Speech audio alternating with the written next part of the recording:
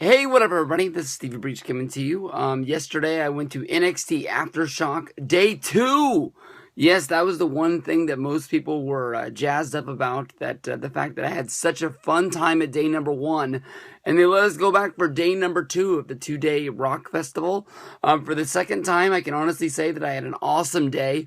We went to the Aftershock show. There was a lot of people there that were there for music, but there was a good number of people that went to wrestling, just like me, for both sessions. Went to all 4 of the NXT shows.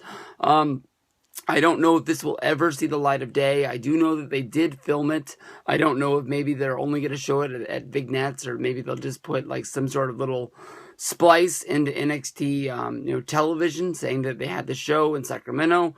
It went off without a hitch, and it was awesome. I will tell you that if you are a fan of NXT, you're a fan of meeting wrestlers, this was an awesome thing. And the coolest thing about it was that the people that were a part of NXT were able just to freely walk around the concert, all the different concerts, the whole festival, just like normal people. And that was really cool to see, like, Baron Corbin go out there and actually do it.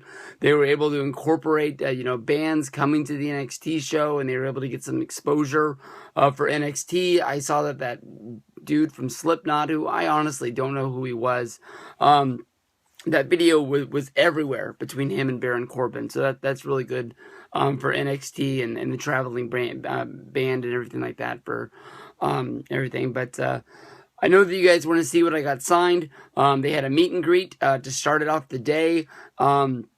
We got to meet Bailey, the Vaudevillains, and Tyler Breeze. I met a few more wrestlers that were just there throughout the day. I didn't meet as many wrestlers on day number 2 as I met on day number 1. I will say that I didn't get to meet Apollo Crews. I didn't get to meet Chad Gable. And those are the 2 guys that I really, really wanted to meet. But honestly, anybody was very accessible. I got a picture with Albert. I got to meet Sarah Del Rey twice. I didn't see Adam Pearce there. I didn't see Billy Gunn there. I don't even know if they were there.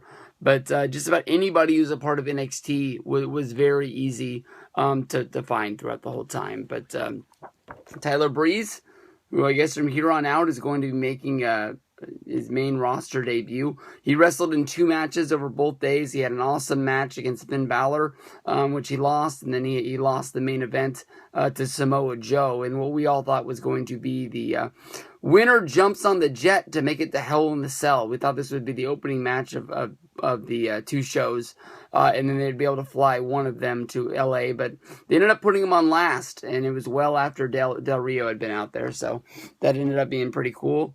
I got this really cool 8x10 signed by Bailey. That's really, really nice. I'm not really an 8x10, but I've started to acquire a lot now, so I have to get like a binder or something like that. But from here, we had the Vaudevillains. They had a blue Sharpie, so that didn't turn out all that well, but it's on there. You can sort of see it glow.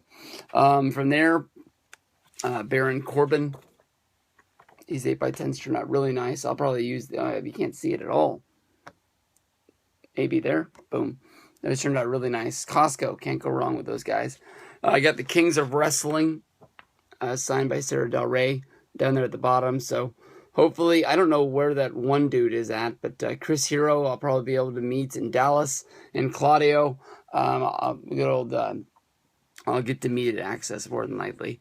These are the ones I didn't get signed because they weren't there. No Dana Brooke, no Hype Bros. My buddy Victor, he asked me to pick up an autograph from the meet and greet, so I was able to give one of these pretty easy. Bailey, Tyler Breeze, Simon Gotch, and Aiden English. And everybody's autograph pretty easy to understand, but Aiden English looks like a couple of O's. And there we go to the man of the weekend. This guy was awesome. I believe he lost both of his matches. I believe he lost to Bullfit on day 2. And on day 1, he lost to Apollo Crews. But Ty Dillinger, this guy is awesome. I am all about the perfect 10. But Enzo and Kaz, they won me over. And they're really good. They're a really fun act. I don't know why Carmella wasn't with them for the the second show. I don't know if it was because the bands were going to be involved. They had some band over there on the other side, but they ended up getting into it with Dawson and Wilder. Man, they're a really good tag team. They're really, really good. They're one of those fun teams. It's really, really fun to watch live. Gable and Jordan, they were really fun. We got the whole place cheering for Chad Gable on day number 2. I can't remember everything that happened. I can honestly tell you that I feel deadbeat tired. I don't know if it's because I'm older. I don't know if it was because of the sun. I don't know if it's just because, honestly, a lot of the time was spent waiting in line. We had to get there in the morning. We had to wait in line for the festival to open. Then we had to go to the NXT tent. Day number 2, we ended up being the first 2 people there for NXT. Then we had to wait in that line the way they did it was really cool. They rewarded the people that went there that wanted to meet the people.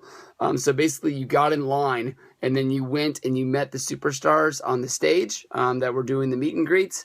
And from there you walked and you picked your seat. Anybody who didn't care about the meet and greet, they weren't allowed in. So it wasn't like you were, if you were first in line for the meet and greet, you were going to get the best seat in the house. And for all 4 shows, we sat in the same seats. It was Mario, Zach, and then me. And we had a ton of fun watching the shows. It was really, really fun. I mean, honestly, with wrestling, easily, possibly the best $80 I've ever spent. The only way I would have made it better was if NXT would have just done all their things all together. Instead of doing 2 hour-and-a-half shows, do 1 3-hour show, or however long it ended up being. So you wouldn't have those super long, huge intermissions in between, because I understand why they did it. They wanted to clean the tent up so it wouldn't be a horrible mess to clean up at the end of the night. Basically, at the end of the first show, they would ask everybody to leave. So, we went back, got in the front of the line, and then they would... the NXT security guy would be like, all right, it's cool to come back in, and then we'd go run back and get our same seats again. So fun time. It was had by all. Got to meet a lot of people. You can't complain about what happened this weekend. It was awesome. You get to see Samoa Joe. I got to see Finn Balor wrestle for the first time. Got to see him in 2 really good matches. Got to see a lot of guys that I really like and really want to support. Emma was there. It was a lot of fun. It was tons of fun. If I know they already did the Louisville show, and I didn't see anybody's videos, but somebody had to have gone to those things. If a rock festival is coming to your town, and NXT's there, don't question it. Just go. You're gonna have fun. Even if you love the bands and you just want to watch the wrestling a little bit, and you don't get the best seat in the house because you're busy watching Slipknot or Marilyn Manson, All Time Low, something like that. I guarantee you that you're gonna have a ton of fun. Checking out what's going on with NXT, and you getting to meet a lot of people and seeing them in their natural environment of just walking around like normal people. So, peace out, everybody.